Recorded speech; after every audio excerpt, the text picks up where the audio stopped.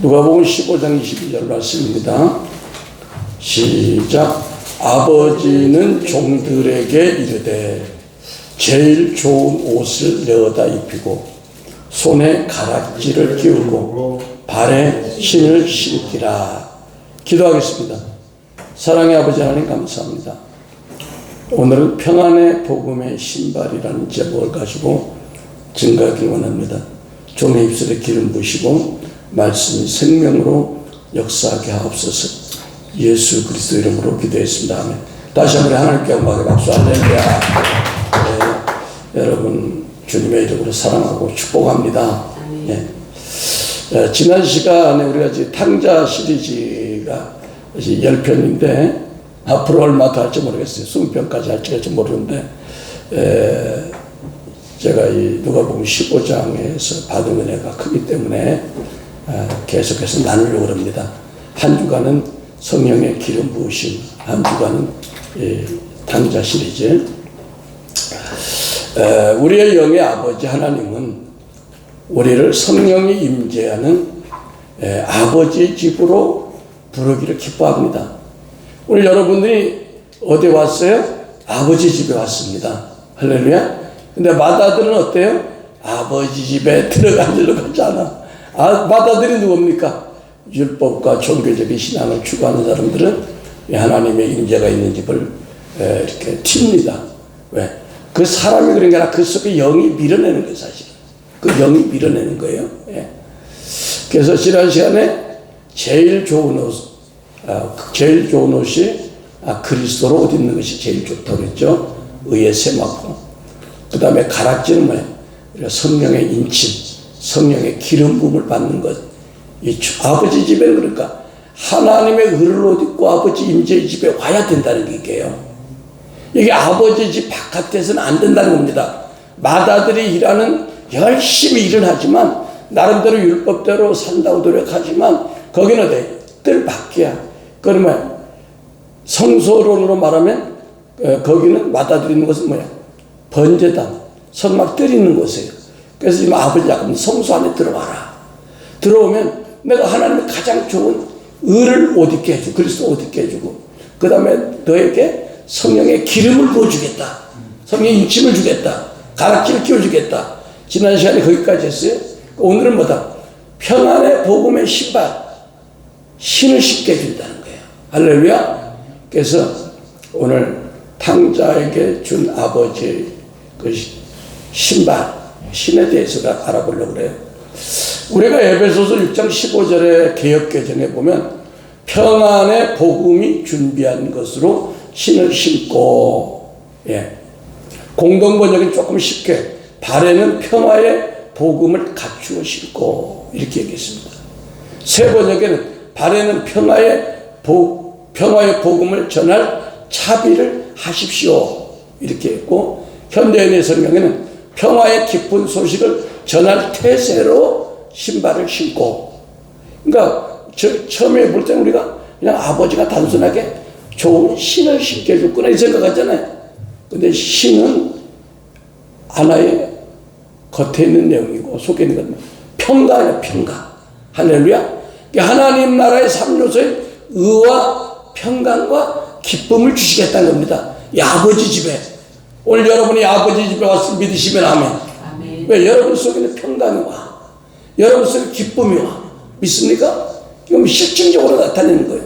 이건 뭐 이론이 아니라. 할렐루야. 성경은 이론이 아니라 실제입니다. 그래서 이것이 우리 내면 안에서 실제가 돼야 되는 거예요. 성경은. 밖에서 되는 건 아무 소용이 없어. 밖에서 돈 벌고 뭐 하는 거는 밖의 이야기야. 성경 우리 내면의 얘기를 믿으시면 아멘. 할렐루야. 그래서 전문 사라기들이 뭐 에베레스트산 같은 데 세계 정상의 어떤 봉우리들을 등정하기 위해서는 많은 준비가 필요하대요.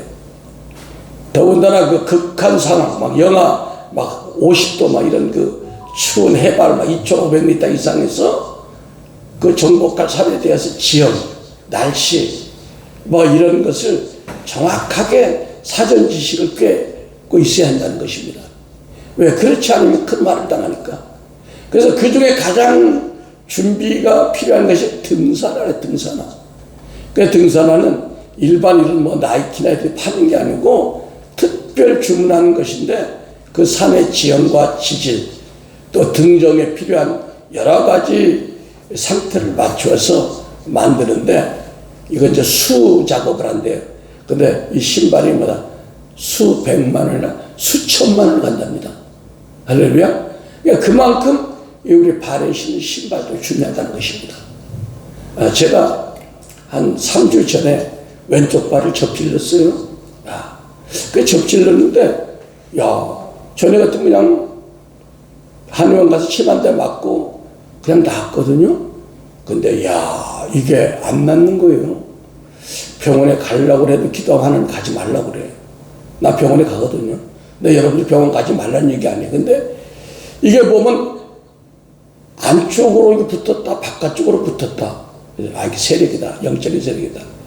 그래서 이걸 계속해서 이쪽에 축사하고 저쪽 축사하면서 한 3주 고생했는데 이제 거진 정상이 됐습니다.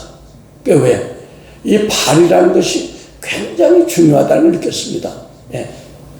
그래서 발도 중요하지만 뭐가 중요해? 발처럼 움직이는 우리의 마음의 평강이 그렇게 중요하다는 것입니다. 아멘. 평강이 하나님이 사단을 너희 발 앞에서 어떻게 완전히 무너뜨린다는 거예요. 평강이 원자탑보다 더 무섭다는 거예요. 더 큰 무기라는 거예요. 믿습니까? 예. 그래서 로마 군인들도요, 전쟁을 치를 때 정복 지역에 꼭 맞는 군화를 신었답니다. 그래가지고 이 새로운 영토를 차지하기 위해서 전쟁을 할 때 그 날카로운 못이 박힌 두꺼운 신발을 신었다는 거예요. 예. 그만큼 이 전쟁과 영적 전쟁과 우리의 발은 굉장한 의미가 있습니다. 근데 그 발의 내용이 뭐냐? 발의 내용이라는 것이 평강이라는 거예요. 평화, 평강, 하늘에서 내려오네. 할렐루야. 이 평강이 최고의 선물이에요. 예. 우리가 만약 재산이 있고 건강하고 뭐 다 하지만 마음에 평안이 없으면요, 이게 지옥입니다. 예. 마음에 평안이 없으면 지옥이에요. 우리가 좀 어렵고 힘들어도 마음이 평안하면 그것이 천국인 줄 믿습니다. 할렐루야. 그래서 비무장지대에 근무하는 군인들이 이렇게 이제 DMZ한테 수색을 하다가 잘못돼서 이렇게 지뢰를 밟으면 발목이 떨어져 나가잖아요. 예. 그래서 어쨌든 우리가 인생에 가는 길은 아스팔트 길이나 꽃길만 갈 수가 없는 것 같아요. 때로는 돌짝밭, 가시밭길, 산길, 사막지대 이런 곳을 가야 되는데 거기에 뭐가 필요하냐? 평안이라는 이름의 신발이 절대로 필요하다는 것입니다. 인생을 살아가는데. 예. 왜냐하면 우리가 살다 보면 실패도 하고 순환도 오고 때로는 질병도 오고 그럴 때 우리가 가장 힘든 것이 우리 마음이거든. 마음. 이 마음이 하나님 앞에 고정돼서 늘 행복하고 평안하고 기쁘고 즐거우면 모든 것이 순조롭거든요. 근데 마음에서 브레이크가 걸리면 모든 것이 안 돼요. 예, 거기서부터 일이 안 됩니다. 그래서 오늘 평안의 복음을 전하라는 거예요. 하나님 평안의 복음. 그러니까 복음을 가장한 두렵고 떨리게 하고 불안하게 하는 율법적인 복음도 있다는 거야. 그러니까 평안의 복음이 있으면 반대로 율법적인 종교적인 복음도 있다는 거예요. 믿습니까? 그러니까 이 강단에서 항상 사람들을 풀어주고 자유케 하고 평안한 믿음의 말씀이 나가지 믿습니다. 막 믿음 해가지고 억압하거나 이렇게 하면 안 돼 이렇게 되면 그게 안 되는 사람은 힘든 거예요. 그렇잖아요. 예. 그렇게 할 수 있는 사람도 있지만 그렇게 못하는 사람은 나는 축복 못 받겠네. 나는 힘들겠네. 나는 어떻게? 그래서 대표적인 말씀이 뭐냐? 히브리서 6장 4절에서 6절 한번 보겠습니다. 히브리서 6장 4절에서 6절.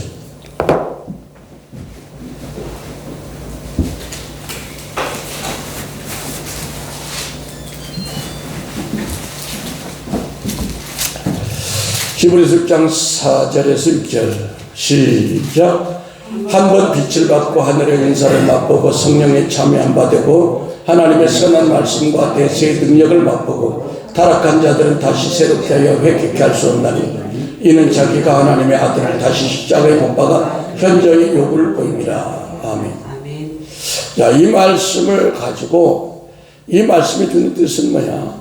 죄 짓지 말라는 거죠. 근데 우리가 살다 보면 죄를 짓고 싶어서 짓습니까? 때로는 우리가 연약함으로 넘어질 때가 많아요. 다윗도 범죄했고 많은 사람들이 넘어졌어요. 그러나 다윗이 끝내 승리했습니다. 그래서 이런 걸 가지고 율법적인 설교는 이렇게 봐라. 잘못하면 너희들 지옥 가니까 정신 똑바로 차리고 신앙생활 잘해야 돼. 그렇게 설교 많이 들었죠. 근데 이거는 뭐야? 평안에 예배한 복음으로 푸는 게 아니야. 무슨 얘기인지 알겠습니까? 이건 뭐야? 두렵고 떨리게 하는 율법의 말씀으로 푸는 거야. 그렇다고 내가 여러분들에게 죄를 지라는 게 아니야. 죄를 지면 안 됩니다. 그러나 우리 인간은 어쩌다 넘어질 수 있다는 거야. 그래서 그러한 예를 우리가 열왕기하 5장 22절에서 한번 보겠습니다. 열왕기하 5장 22절.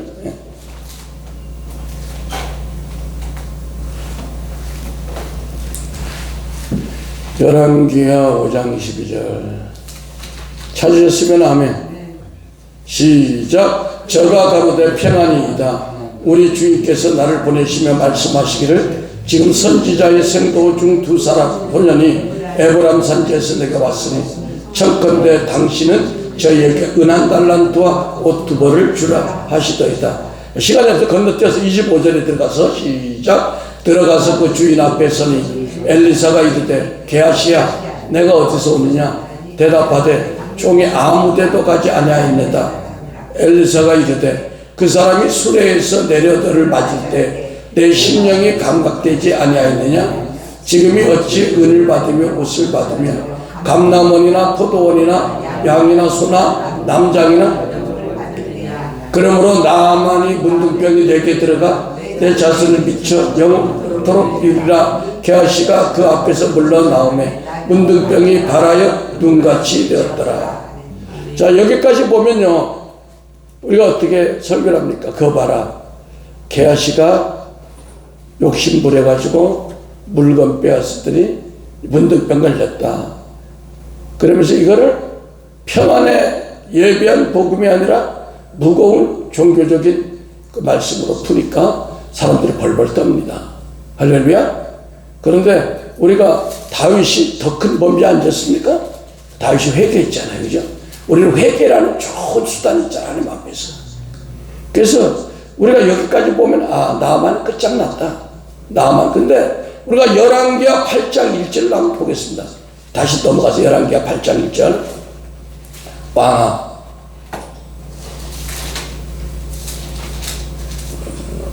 8장 1절에서 5절 시작. 엘리사가 이전에 아들을 다시 살려준 여인에게 이르되 너는 일어나서 내 권속과 함께 거할 많은 곳으로 가서 거하라. 여호와께서 기근을 명하셨으니 그대로 이 땅에 7년 동안 임하리라. 여인이 일어나서 하나님의 사람의 말대로 행하여 그 권속과 함께 가서 블레셋 사람의 땅에 7년을 우거하다가 7년이 다음에 여인이 블레셋 사람의 땅에서 들어와서 자기 집과 전토를 위하여 호수아로 답하여 왕에게 나갔더라. 때에 왕이 하나님의 사람 하완 게하시와서로 말씀하며 가로되 너는 엘리사에 행한 모든 큰 일을 내게 고하라 하시니 게하시가 곧 엘리사가 죽은 자를 다시 살린 일을 왕에게 얘기할 때에 그 다시 살린 아이의 어미가 자기 집과 전토를 위하여 왕에게 호소하는지라. 게하시가 가로되 내 왕이여 이는 그 여인이요 저는 그 아들이니 곧 엘리사가 다시 살린 자입니다. 아멘. 자, 우리가 5장까지만 보면 게하시는 인생이 끝났다 라고 했는데 게하시가 뭐 했다는 거예요? 회개했죠. 회개했은 거예요. 다시 왕에게 나가서 왕의 신부로 말하는 존귀한 자로 복귀했다는 것입니다. 할렐루야.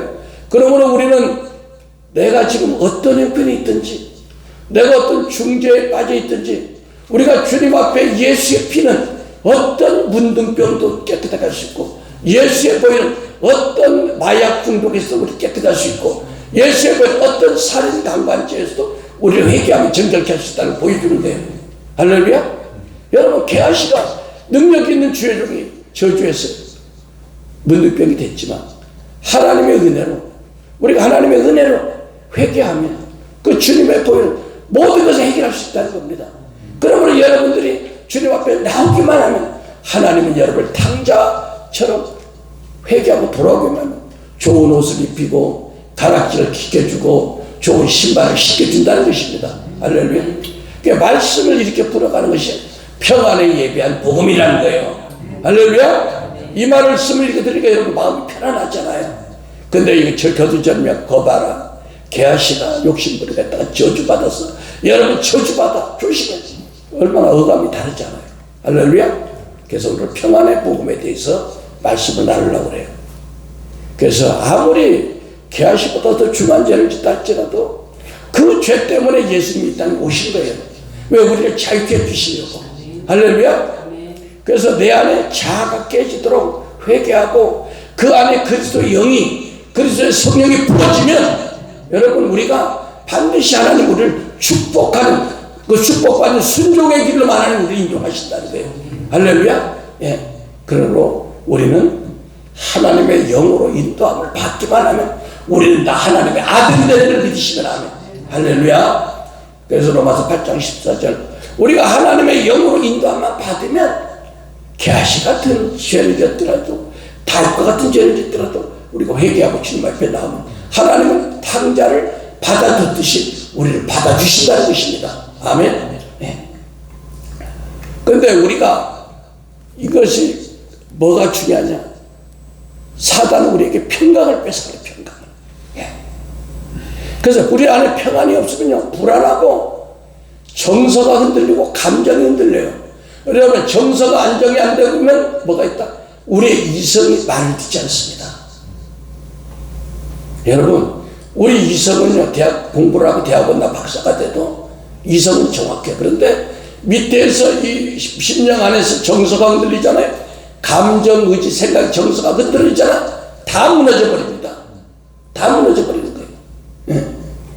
그래서 영적 싸움의 기본은 뭐다? 정서 싸움이다. 따른다. 영적 싸움의 기본은 정서 싸움이다. 예. 그래서 우리가 여기서 기쁨을 만들어 보는 거예요. 할렐루야. 인위적으로 기쁨을 만들어 보는 거예요. 왜? 사단의 나라는 어두워. 기쁨이 없어. 우울해. 사단의 나라는 걱정이 돼. 사단의 나라는 뭐야? 어두운 거야. 우울해. 쓸쓸해. 그러나 하나님 나라는 밝아. 기뻐. 희망이야. 소망이야. 진취적이야. 아멘. 그러니까 정서를 가지고 나를 한번 분별해 보는 거야. 아, 내가 이 어둠의 정서에 가까운가? 이 밝은 정서에 가까운가? 어둠의 정서에 가까운 우리가 인위적으로 웃음을 한번 회복시켜 보는 거예요. 할렐루야. 그러니까 어떤 분이 암 말기인데 오셨어. 아파 죽겠대. 주사를 맞아도 그뿐이래. 그러면 거기에 가장 좋은 게 뭐야? 기쁨입니다. 기쁨은 우리에게 도파민을 만들어줘가지고 그 즐거움이 이걸 잊어버리게 해. 할렐루야. 그 어떤 분이 얘기를 하되 나이 드신 분들이 가장 큰 축복이 천국 가기 전에 축복이 뭐냐? 그게 일주일이나 이주일 곡기를 끊고 안 먹고 가만히 잠자들 있는데 마지막 순간에 하나님이 은혜를 줘가지고 천국 가기 직전에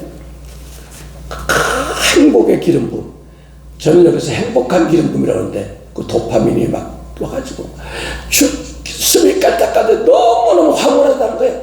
너무 행복하다는 거야. 그러면서 천사들에 천국으로 쭉 올라간다는 거야. 할렐루야. 그래서 그 기쁨은요 우리가 평상시에 항상 기뻐하라고 그랬잖아요. 하나님의 의와 평강과 희락이라고 그랬잖아요. 여호와를 기뻐하는 것이 너의 힘이라고 그랬잖아요. 여호와를 기뻐하라. 제가 내 마음에 소원을 이룬다고 했잖아요. 기뻐하라는 것이 500여 이상 성경에 나오는데 이 기쁨을 우리가 베이스로 생활할 때 우리가 천국 갈 때 기쁨이 속에서 올라오는 줄 믿습니다. 천국 갈 때 괴로워가지고 이 땅에서 괴로움 만나는 사람 막 천국 갈 때 이 땅에서도 괴로웠는데 천국 또 죽으면 괴롭냐 어쩌냐 이렇게 하지 말고 이 땅에서 늘 웃고 행복하게 살았기 때문에 그냥 죽음 직전에 행복하게 웃다가 할렐루야. 그럼 보는 사람도 행복하고 본인도 행복하고 할렐루야. 그래서 이 원수는 우리에게 할 수만 있으면 실망과 어떤 막 우울과 이런 부정적인 정서로 우리에게 오르지만 하나님 나라의 정서는 기쁨과 평안이라는 거예요. 이 기쁨과 평안이 하나가 되면 우리 속에서 천국이 그냥 회복되는 거예요. 네. 평안이 그냥 되는 게 아닙니다. 그래서 로마서 10장 17절에 성령 안에 의와 평강과 희락이 천국이라고 했는데 이 하나님의 의는 평강 플러스 희락이 될 때 하나님의 의가 회복되는 거예요. 그러므로 하나님의 나라가 회복되기 위해서는 반드시 기쁨을 동반한 평강이 우리 안에 있어야 됩니다. 그러니까 평강이 없는 예배, 기쁨이 없는 예배는 예배 들어가면 바로 묶여버려요. 생각해 보세요. 기쁨이 없는 예배는요, 기쁨이 없는 생활에는 누가 부정적인 말하면 금방 마음이 묶여버리는 거예요. 그러니까 내가 웃음이 있잖아요, 희락이 있잖아요, 누가 찔러도 금방 잊어버립니다. 그런 의미에서 우리 한번 웃어봅시다.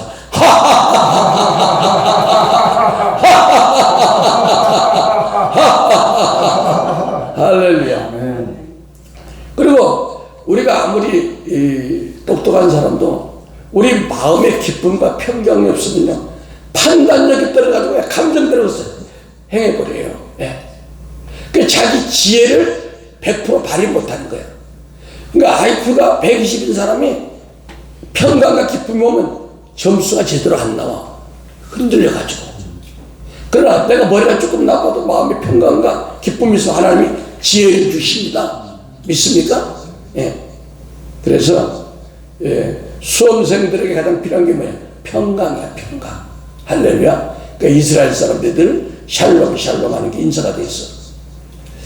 자, 그래서 평안의 복음에 예비한 것으로 신을 신고 그 예비한 것이 히브리 원문에는 예비한 것을 견고한 기초, 이렇게 견고한 기초, 다른 다 견고한 기초. 그러니까 우리가 평안이 이게 영적 전쟁의 견고한 기초가 되어야 된다는 겁니다. 내가 평안이 떨어져서 불안하면 영적 전쟁에 백전백패 한다는 거예요.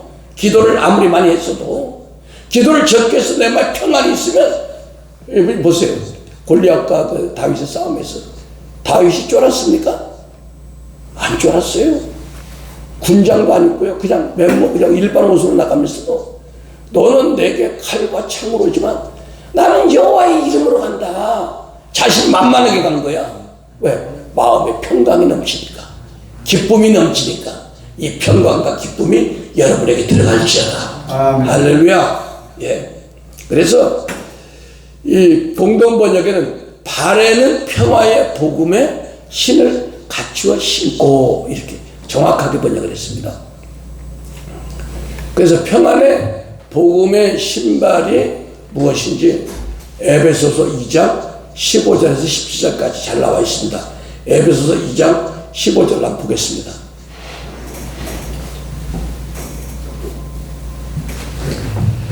에베소서 2장 15절부터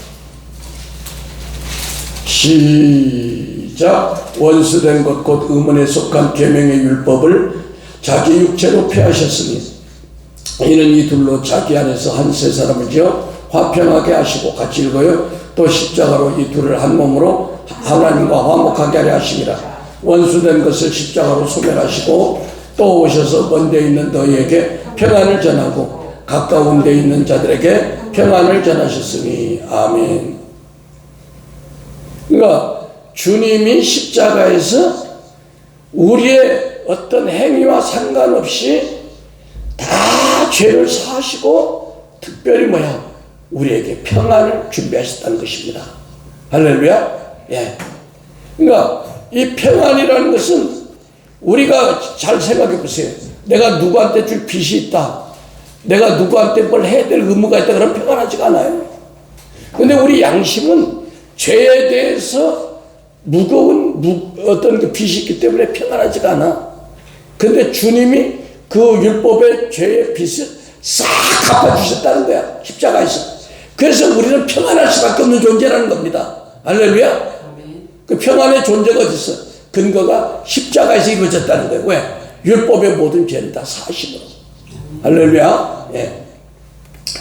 그래서 사도 바울은 로마서 8장 2절에 이런 그리스도 예수 안에 있는 생명의 성령의 법이 죄와 사망의 법에서 우리를 해방했다고 말씀하고 있습니다.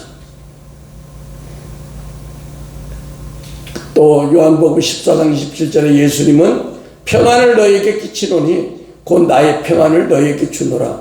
내가 너희에게 주는 것은 세상이 주는 것 같지 아니하니라. 너희는 마음에 근심도 말고 두려워하지 말라. 예. 그러니까 우리가 하나님의 아버지의 임재의 집에 들어오는 가장 큰 선물이 뭐다? 이 평안이라는 신발입니다. 할렐루야. 기쁨이라는 신발이에요. 그래서 이 평안을 소유하면 어떤 은혜가 있느냐? 우리 속에 근심과 두려움이 떠나갑니다. 사실 현실적으로 내가 근심이 있고 두려움이 있을 수밖에 없지만 내 안에 기쁨과 평안이 오면 이게 남일처럼 생각되는 거야. 여러분 그런 걸 한번 체험해 보세요. 전에는 어떤 조그마한 어떤 문제가 있으면 그것 때문에 잠을 못 잤는데 이제는 문제가 어마어마하게 큰 문제가 내 앞에 있는데도 내가 주님이 주신 평안과 기쁨이 있으면요 내 문제가 남의 문제로 생각나. 아무것도 아닌 생각되는 거예요. 무엇입니까? 그러면 또 이래 인생이 편안한 거야. 잠을 자면 그냥 고개 딱 벽에 베면 아침까지 한숨에 자버리는 거야. 왜? 이 근심 걱정을 주님이 다 가져가시니까. 그래서 요한일서 4장 18절에 사랑 안엔 두려움이 없고 온전한 사랑이 두려움을 내어 쫓나니 두려움에는 형벌이 있습니다. 두려워하는 자는 사랑 안에서 온전히 이루지 못하였다. 이렇게 말씀하고 있습니다. 우리 주님은 우리를 사랑하고 용서하시고 자신의 생명을 주시까지 사랑했죠. 예. 그런데 그 주님이 우리에게 평강을 주시면서 뭘 주냐? 평강만 주는 게 아니라 그 안에 주님의 사랑을 집어넣어 준다는 거예요. 여러분 여기서 우리가 찬양과 경배할 때 여러분의 평안할 때 뭐야? 사랑의 기름이 계속 여러분에게 부어졌습니다. 예. 사랑의 기름이 계속 부어지는 거예요. 여러분 이 평안은요 주님의 사랑과 기쁨과 같은 짝이에요. 예. 평안이 우연히 오는 게 아니라 주님의 사랑의 기름이 부어질 때 그 속에 여러분 속에 기쁨이 들어가고 그 속에 뭐야? 이 평안이 들어가는 거예요. 그러니까 평안과 기쁨과 하나님 사랑은 3종 세트가 하나예요. 하나님으로부터 오는 거예요. 예. 또한 이 평안한 마음이 오면 우리의 마음의 생각을 하나님이 지키게 해주십니다. 빌립보서 4장 5절에서 7절을 보면 너희 관용을 모든 사람에게 알게 하라. 주께서 가까우시니라. 아무것도 염려하지 말고 오직 모든 일에 기도와 간구로 너희 구할 것을 감사함으로 하나님께 아뢰라.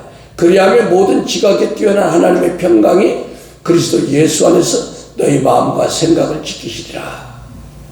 그러니까 이 관용하려고 그러면 이 관용하는 너그러운 거 아니면 너그러운 거. 제가 이 다윗에 대해서 보면서 다윗은 관용의 사람이다. 많은 사람을 품을 수 있는 마음이 있다. 아버지의 마음이 있다.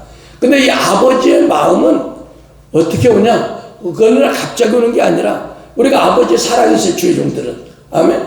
우리 하나님의 사람들은 모든 사람을 품을 수 있어야 돼요. 예. 그렇게 되려면 이 평안이 있어야 되는데 이 평안은 하나님의 사랑이 올 때 같이 공급되어진다는 겁니다. 할렐루야. 근데 아버지의 사랑은 언제 오느냐 그러면 아버지의 사랑은요 하나님의 임재가 있는 예배 가운데 오는 걸 믿으시면 아멘. 할렐루야. 여러분이 지금 아버지 집에 와서 사랑이라는 주님의 그 은혜가 임하면서 평강이 여러분 속에 들어가고요. 여러분 속에 기쁨이 들어가고요. 여러분 속에 관용하는 마음이 들어가고요. 그러니까 이게 뭐야? 성령의 열매를 맺게 한다는 겁니다. 하나님의 임재 가운데 있을 때. 할렐루야. 예. 하나님의 임재 가운데 있을 때 아버지 집에 이런 은혜가 있다는 것입니다. 똑같은 아버지 집, 물론 교회가 다 아버지 집인데 하나님의 임재가 있는 아버지 집이냐 아니냐에 따라서 달라진다는 것입니다. 할렐루야. 예. 지금 여러분들에게 계속해서 기름이 부어지고 있어요. 여러분이 믿음으로 받으면 여러분 속에 계속해서 사랑의 기름이 계속 흘러 들어가고 있습니다. 세 번째, 사모님은 그 메모지를 갖다 주시기 바랍니다. 앞에 목사님한테 메모지 갖다 주시기 바랍니다. 뒤에. 세 번째, 평강은 또 뭐야? 환란을 이기게 한다. 예. 여러분, 하나님이 주신 평강은요, 또 어떤 무기가 되냐? 우리가 세상을 살다 보면 많은 그 어려움이 오잖아요. 두려움이 오잖아요. 그럴 때, 모세가 만약에 홍해를 가를 때, 마음이 얼마나 일반적으로 말하면 두려웠겠어요. 왜? 뒤에는 애국 군대가 오지, 앞에는 넘실대는 파도가 치는 바다인데, 이거 이러지도 저러지 못하잖아요. 그런데 그 모세의 마음에 하나님의 평강이 있었습니다. 왜? 모세는 하나님과 24시간 교제하기 때문에 하나님의 사랑이 늘 거기에 임재하고 있었어요. 그러니까 그 속에 평강도 있죠. 관용하는 마음도 있죠. 관용하는 마음이 있으니까 뭐야? 이 백성들을 말 안 들으니까 내가 다 몰살을 축축했다. 하나님이 그런데 주님 그럴 바에 저를 데려가 주시고 백성을 살려달라는 그런 관용이 있었잖아요. 그러니까 아버지는 뭐냐면 탕자가 지금 아버지 집에 들어갔기 때문에 아버지 임재 가운데 갔기 때문에 하나님의 사랑 가운데 이런 것들이 공급된다는 겁니다. 그러니까 뭐야? 너희들도 이 하나님의 임재가 있는 아버지 집으로 들어오라는 거예요. 우리가 하나님의 임재 가운데 어쩌든지 살려고 몸부림쳐야 된다는 것입니다. 여러분, 성령의 열매가 노력해서 맺는 열매가 아니에요. 하나님의 임재 가운데 임재가 계속 되어질 때 그것들이 맺어지는 걸 믿으시면 아멘. 할렐루야. 그래서 요한복음 16장 33절에 이것을 너희에게 이름은 너희로 네 안에서 평안을 누리게 하려 함이라. 세상에서 너희가 환난을 당하나 담대하라. 내가 세상을 이겼노라. 예. 주님이 세상을 이기는 그 능력은 어떤 거냐? 주님께서 아버지를 주시는 평강을 주님이 그대로 가지고 있었던 거예요. 믿습니까? 예. 그래서 우리에게 평안의 복음을 주신 것은 이제 우리가 너무너무 바빠요. 현대인들이. 우리 신앙인들이 너무너무 쫓겨요. 그러나 이제 아버지 집에 들어와서 너희들 좀 누려라. 응? 좀 편하게 지내라. 쫓기는 신앙생활 하지 말고. 여러분, 근데 우리가 아무리 누릴 것이 많아도 마음이 불안하면요, 누리지 못해요. 쫓겨요, 마음이. 그래서 로마서 16장 20절 평강의 하나님께서 속히 사단을 너희 발 아래서 상하게 하시리라. 우리 주 예수의 은혜가 너희에게 있을지어다. 그러니까 이 평강이라는 단어를 어떻게 하나님은 꼭 발하고 연결시켰어요. 평강을. 평강을 신발처럼 신고 다니라. 그러면서 또 평강을 그 사단이 너희들에게 역사할 때는 그 평강의 신발로 밟아버려라. 그러니까 우리가 평강이 있으면 사단이 그냥 무너진다는 거예요. 영적 싸움 할 것도 없이. 할렐루야. 그러니까 잔류교회 그런 얘기를 했어요. 영적 싸움이 최고의 큰 영적 싸움이 뭐냐? 어린아이 단계에서는 막 싸우는 거야. 막 싸우는 거야. 여러분, 큰 불독이 있는데 어린아이가 아장아장 거는 어린아이가 있으면 그 불독이 해코지 하려고 그래요. 그렇죠? 아이들. 그런데 아무리 해코지 해도 엄마가 옆에서 아이를 딱 안아버리면 끝나는 거예요. 우리가 하나님의 임재 가운데 싹 들어가면 끝나는 거예요. 영적 싸움은. 너희는 가만히 있어 주가 하나님인데 알지어다. 할렐루야. 그러니까 왜? 영적 싸움의 가장 큰 싸움은 주님의 사랑 안으로 들어가 버리는 거예요. 할렐루야. 여러분, 말세에 피난처다 어쩌다 말이 많지만 주님의 임재 가운데 있으면 끝나는 거예요. 아버지가. 할렐루야. 예. 어떤 부부가 배를 타고 항해를 했대요. 항해를 했는데 막 배가 막 풍랑이 오니까 막 이제 선장이 경고를 한 거예요. 여러분, 잘못하면 이제 배가 잡초될 수 있으니까 구명조끼 입고 신앙에 힘 있는 사람들 기도하십시오. 저도 이제 손 놓습니다. 그러니까 그냥 부부가 내 아내가 벌벌 떠는 거야. 여보, 어떻게 하면 좋겠어? 그러니까 남편이 아무리 달래도 막 울고 그러니까 호신용 칼을 가져가지고 이 칼 무서워 안 무서워? 그러니까 웃으면서 뭐가 무서워? 당신이 가지고 있는데. 강도가 가지고 무섭지만 내가 가지고 안 무섭지. 그러니까 이 풍랑이 누구한테 속한 거야? 풍랑이 하나님께 속한 걸 믿어. 잠시 후에 잠잠해질 거야. 아, 잠시 후에 딱 잠잠해졌다네. 그 풍랑이. 할렐루야. 그러니까 뭐예요? 우리가 주님의 평안이 오면 어떤 영적 전쟁도 아무것도 아니라는 것입니다. 그러니까 우리가 간구할 건 뭐야? 주님의 평안. 주님의 평안은 그리스도 안에 다 있어. 이 비밀은 너희 안에 계신 그리스도니 그 안에 지혜와 보화와 모든 것이 다 있다고 골로새서는 말씀하고 있어요. 할렐루야. 그러니까 이 평안을 우리가 그 하나님의 임재 가운데 있으면 그 임재 가운데 있는 주님의 사랑 가운데 평안, 관용, 오래 참 이런 것들이 다 들어있는 거예요. 그러니까 우리가 어쨌든 이 아버지 집에 들어가길, 아버지 집에 그런데 우리가 또 문자적으로 어떤 장소, 우리 주사랑교회 오면 다야? 아니야. 여러분의 심령 안에 있는 우리 주님이 아버지 집을 믿으시면 아멘. 그러니까 여러분이 항상 여러분의 임재 가운데 젖어 있으려고 그래야 돼요.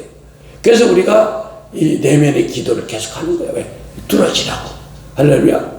이 임재 가운데 있으면요, 누가 못 뺏어가요, 여러분들을. 여러분들은 어떤 원수가 어떻게 할 수 없다니까.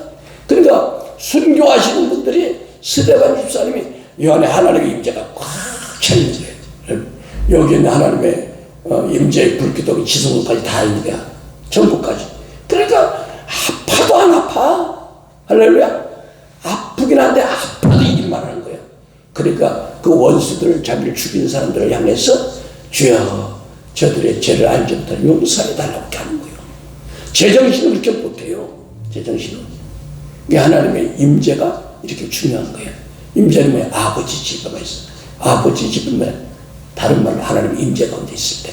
할렐루야. 이것이 최고의 말세의 사람의 최고의 무기가 되어야 되는 거예요. 할렐루야. 그래서 이 평안의 신발을 어떻게 신는가? 그 주님의 신부는 자기가 지금까지 배워왔던 이론과 상식, 하나님을 대적하여 높아진 모든 것들, 이것이 자아의 신발을 벗어버려야 되는 되잖아요. 자아의 신발을 벗어버려야 복음이라는 평안의 신발이 신겨질 걸 믿으시면 아멘. 그래서 고린도후서 10장 5절 모든 이론을 파하며 하나님 아는 것을 대적하여 높아진 것을 다 파하고 모든 생각을 사로잡아 그리스도께 복종해야 된다 말씀하고, 로마서 8장 6절은 육신의 생각은 사망이요 영의 생각은 생명과 평안이다 이렇게 말씀하고 있습니다. 여러분, 예수님이 겟세마네 동산에 기도할 때 예수님이 육신의 생각이 자꾸만 사단이 왔어요. 아버지 할 수만 있으면 이 잔을 내게서 벗어나게 할 수 없어요? 그러나 영의 생각이, 주님의 평강이, 하나님의 평강이 싹 들어오니까, 그러나 아버지 뜻대로 되기를 원합니다. 주님이 거기서 평강의 주님을 나타내셨습니다. 할렐루야. 예. 또 우리의 평안은 어떻게 오나? 시편 119편 165절에 주의 법을 사랑하는 자에게 큰 평안이 있으니 저에게 장애물이 없다. 예. 우리가 하나님의 말씀에 충실하게 우리가 걸어갈 때 주님이 거기에 장애물을 벗겨주시고 우리에게 평안을 주신다는 거예요. 할렐루야. 근데 그 말씀도 내가 지키가 내 안에 계신 성령님이 그 말씀을 지켜주는 걸 믿으시면 아멘. 할렐루야. 또 믿음으로 우리가 주님 앞에 나갈 때 평안을 누릴 수가 있습니다. 로마서 5장 1절 그러므로 우리가 믿음으로 의롭다 하심을 얻은즉 우리 주 예수 그리스도 말미암아 하나님과 더불어 화평을 누리자. 예. 그러니까 원수는 우리에게 평안을 뺏어가려고 자꾸만 우리에게 믿음을 자꾸 무너뜨리게 하려고 그래요. 예. 자꾸만 다른 세상 거 생각하게 해서. 그래서 이제 우리는 어떻게 되냐? 하나님과 화목하게 됐어요. 언제? 십자가에서. 그래서 이제 화평을 누려야 돼요. 근데 화평을 누리기 위해서 우리가 어떻게 해야 되냐? 아까 얘기했죠. 할 수만 있으면 우리가 관용하고 용납하고 용서하고 이런 마음을 우리가 가지려고 애써야 되는 것입니다. 예. 그리고 이 평안의 복음이 주는 은혜는 뭐냐? 우리에게 안정감을 준다는 거예요. 신앙생활의 안정감. 예. 들뜨지 않는다는 거예요. 막 이런 뉴스, 막 저런 뉴스가 와서 막 사람들이 어머 큰일 났어 어떻게 이렇게 해도 끔찍도 안 난다는 거예요. 예. 에베소서 4장 14절에 이런 우리가 이제부터 어린아이가 되지 아니하며 사람의 괴율과 간사한 유혹에 빠져 모든 교훈의 풍조에 밀려 요동치 않게 하려 함이라. 예, 우리에게 이 복음이 주는 평안이 있으면요 요동하지 않는다는 거예요. 사람들이 뭐 무슨 와서 가만히 있을 우리를 넘어뜨리려도. 둘째로 평안의 복음은 영적인 균형 감각을 우리가 잃지 않는다는 겁니다. 다시 말해서 균형 잡힌 그리스도가 된다는 거야. 말씀은 말씀으로만 난다. 나는 은혜로만 그게 아니라 말씀과 성령, 신앙생활과 교회생활, 직장생활과 가정생활이 균형을 이루게 주님께서 우리를 붙들어준다는 겁니다. 할렐루야. 우리가 불안할 때 한쪽으로 쏠리는 거야. 우리 마음이 불안하면요 한쪽에 쏠려서 그걸로 막 쏠려가지고 나 현실을 잊어버리게 하는 거야. 여러분 그 알코올 중독이나 약물 중독하는 분들이 뭐냐 한쪽으로만 뭔가 쏠려 있어. 막 출세지향주의, 인기지향주의. 그러다 보니까 거기에 쏠리다 보니까 그것이 마음대로 안 될 때 마약이나 이런 것을 손대는 거예요. 예. 세 번째로 평안의 복음은 영적인 순발력을 갖게 한다. 여러분 우리가 이 세상을 살아갈 때 순발력이 때로 필요한 것입니다. 근데 그 순발력은요 마음이 불안하고 이렇게 왔다 갔다 하면요 이거 할까 말까 해서 될까 안 될까 그러다가 시간이 다 지나가는 거야. 그러나 마음이 평안하면 딱 목표를 지어주면서 딱 점프해서 딱 뛰어버리는 거예요. 알겠습니까? 그러니까 이 마음의 평안이 굉장히 중요하다고 지금 얘기하는 거예요.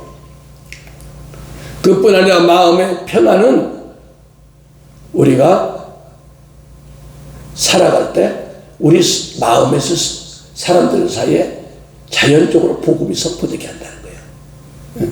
이 얘기는 무슨 얘기냐 막 다니면서 길거리에서 막 주 예수를 믿으라 이게 아니라 우리 마음이 평안하면 내 안에서 자연스럽게 삶의 신앙의 간증이 사람들에게 할 수 있다는 거예요. 내 마음이 불안하면요 사람들에게 안 믿는 사람하고 어울릴 때도 아이고 사람들이 아유 네 꼬라지는 어떤데 이런 생각이 들어가지고 복음을 못 전해. 내 마음이 편안하면 아 글쎄 내가 교회 갔는데 아 글쎄 우리 아들이 우리 딸이 이렇게 됐다네. 그러면서 은연중에 복음을 선포할 수 있다는 것입니다. 네. 그래서 이사야 52장 7절 좋은 소식을 가져오며 평안을 공표하며 복된 좋은 소식을 가져오며 구원을 공표하며 시온을 향하여 이르기를 내 하나님이 통치한다 하신 자의 산 넘는 발이 어찌 그리 아름다운고. 우리가 평안하면 우리의 가는 곳마다 뭐가 돼? 복음이 쏟아져 나온다는 거야. 그 복음이라는 것은 꼭 주 예수를 믿으라 그리하면 너와 내 집이 구원 얻으라 이 말씀도 좋지만 우리가 하는 말과 은행을 따라서 야 저 집사님 보니까 왜 이렇게 마음이 편하네. 저 목사님 보니까 예수님 같아. 나도 그냥 교회 한번 가고 싶어. 이런 마음이 되어진다는 것입니다. 아멘? 예. 그래서 신발은요 땅의 더러움으로부터 어떤 오물로부터 우리를 보호하는 역할도 하지만 그러나 그 신발을 벗어버리면 당장 우리의 발이 더러워지는 것처럼 이 복음의 신발은요 그 내용이 평안함인데 이 평안함이 있을 때 세상의 어떤 유혹과 어떤 공격으로부터 주님이 우리를 지켜준다는 겁니다. 제가 또 느낀 것은 뭐냐면 우리가 이제 직장 생활하고 또 뭐 이런 모임에 가다 보면 안 믿는 사람도 있잖아요. 그러면 이렇게 좀 서먹서먹하기도 하고 그러다 보면 신앙과 관계없는 다른 대화가 쫙 나와가지고 내가 묶여버려요. 그런 경우를 봤어요. 그럴 때는 우리 안에 평강이 있으면 자연스럽게 신앙과 관련된 말이 나갑니다. 그러면서 그 분위기를 내가 주도하는 거야. 내가 주도하니까 내 속에 있는 기름 부음이 나가버리니까 하나님의 기름 부음이 나가니까 그 안을 하나님이 정서를 내 안에 있는 주님이 주장하게 되는 거예요. 그 여러분들이 이제 어디 가면 믿는 사람 모임이든 안 믿는 사람 모임이든지 그 대화가 자꾸만 세상 쪽으로 나가고 누굴 비난하는 쪽으로 가고 험담하는 쪽으로 나갈 것 같으면 빨리 여러분들이 주님의 평강을 구하세요. 주님, 그리고 내가 여기서 어떤 지혜로 하나님에 관한 말씀을 전할까요? 뭐 꼭 성경 말씀이 안 돼. 그러면서 그 말씀을 전할 때 여러분 속에 있는 영이 주님 나를 도와주세요. 내가 이 말 하려고 하는데 이 말 가운데 성령님 기름 부어주세요. 해서 여러분의 언어가 그 공간을, 그 정서를 좌우하게 됩니다. 그러면 그것이 한나절 직장에서 일하는 시간이 하루 근무할 때 그 정서가 분위기가 여러분 마음대로 그 분위기를 끌고 갈 수 있는 거예요. 이거 굉장한 지혜입니다. 할렐루야. 네. 오늘 말씀 에베소 6장 15절 평안의 복음에 예비한 것으로 신을 신고 그래서 이 평안이 얼마나 중요한 것이라는 것을 이렇게 바울은 그것이 영적인 신발인데 꼭 신을 신는 게 아니라 우리 마음에 있는 평안의 복음이다 이렇게 말씀했습니다. 평안의 복음, 예비한 복음이 신발이 없이 옛날에는 뭐 이제 이렇게 종과 아들이 똑같이 일을 할 때 겉에 볼 때는 멀리서 볼 때는 누가 종인지 누가 아들인지 몰라. 똑같이 일을 하니까. 근데 가까이 가서 보면 종은 맨발로 일하고 아들은 신발을 신고 일했대. 그 얘기는 뭐냐면 우리가 율법으로 사는 하나님의 임재를 모르고 우리가 새 언약의 비밀을 모르고 그냥 내 열심으로 사는 하나님의 백성은 종과 같아서 이 평안이 없어. 맨발로 사는 맨발로. 그러나 우리가 하나님의 아들들은 하나님이 주신 평강으로 우리가 평강이라는 신발을 신고 살기 때문에 세상에서 오는 어떤 악한 원수의 공격도 우리가 이겨낼 수 있는 것입니다. 할렐루야. 네. 그래서 탕자가 아버지 집에 들어갔을 때 뭐 아버지가 준 신발이 그 별거냐? 그거 아닙니다. 아버지가 최고의 선물을 준 거예요. 예. 그래서 우리 앞길에 때로는 엉겅퀴가 나는 길이 있고 가시밭길이 있지만 하나님은 우리가 그런 그 인생을 살아갈 때 너희가 그렇게 살면 힘들어. 내가 십자가에서 피 흘리고 물 흘릴 때 이 평안의 복음을 너희들에게 선물했으니까 너희들은 그것을 잘 간직하고 살아. 그럼 이 세상을 너희들이 이길 수 있어. 이렇게 얘기하시는 것입니다. 어떤 그 영화 로베르의 장군이라는 영화에서 어떤 사람이 외쳤대요. 나는 억울합니다. 나는 이 정부에 대해서 저항운동을 하지 않고 아무것도 안 하고 나는 그냥 평범하게 돈 벌려고 장사만 하는 사람에 불과한데 왜 나를 이렇게 처형하려고 그럽니까? 그러니까 그때 다른 사람이 얘기했대요. 당신이 죽어야 되는 이유를 모릅니까? 모릅니다. 아무 일도 안 했어요. 당신이 뭔가를 움직여야 될 때, 당신이 뭔가를 선포해야 될 때 아무 말도 하지 않는 그것이 당신의 죽을 죄요. 이렇게 얘기했답니다. 이것은 뭐냐? 우리는 평화의 전도사입니다. 할렐루야. 평강의 전도사예요. 우리가 신앙생활을 하더라도 많은 사람들이 불안해하고 있어요. 많은 사람들이 힘들어하고 있어요. 여기에 우리가 가는 곳마다 이 평안의 복음, 할렐루야, 평안의 기름 부음이 그들에게 찡거들 때 그들은 이제 해방되고 그들의 영이 자유로워질 것입니다. 그래서 오늘 평안의 복음의 신발이 여러분의 영적으로 심겨지는 그런 축복이 있기를 간절히 소원합니다. 기도하겠습니다. 사랑의 아버지 하나님, 그렇습니다. 우리가 이 세상에 신을 신고 살았지만 그 신발의 내용은 불안이요, 초조요. 아버지, 그 신발은 우리에게 고통이었습니다.